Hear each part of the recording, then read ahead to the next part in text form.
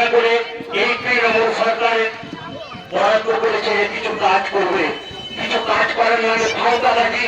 আপনারা জানেন 1 লক্ষ টাকার যে কাজের টেন্ডার সেখানে মাত্র 10 থেকে 20 বস্তা সিমেন্টের কাজ হবে, এটা বলা হচ্ছে।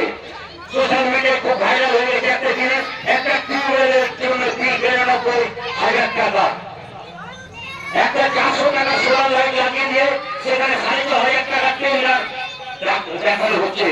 এইগুলো এইভাবে একের পর এক চুরি চলে শুরু করেছে তৃণমূল সরকার।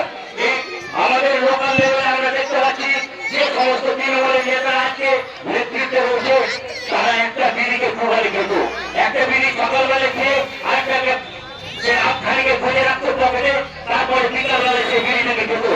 কিন্তু এখন দেখতে পাচ্ছি যে তৃণমূলের নেতৃত্ব যারা ভাঙা সাইকেল করে বেড়াতো তারা আজ বাইরে করে বেড়াচ্ছে, ফোর হুইলারে করে বেড়াচ্ছে, বিভিন্ন জায়গায় জায়গা কিনছে, বাড়ি করছে। এর বিরুদ্ধে আমাদের সবাইকে সচেতন হতে হবে। এই দুর্নীতির বিরুদ্ধে সমস্ত মানুষকে এগিয়ে আসতে হবে। জাতীয় কংগ্রেস সারা জীবন সমস্ত মানুষের হয়ে কথা বলে, আগামীতে বলবে এবং এখনো বলছে। তাই আমি আমার বক্তব্যকে ব্যাহত করবো না, যত সময় হতো আমি এক কথা বলে আমি আমার সংক্ষিপ্ত বক্তব্য শেষ করছি। জয় হিন্দ, বন্দে মাতরম। জাতীয় কংগ্রেস জিন্দাবাদ।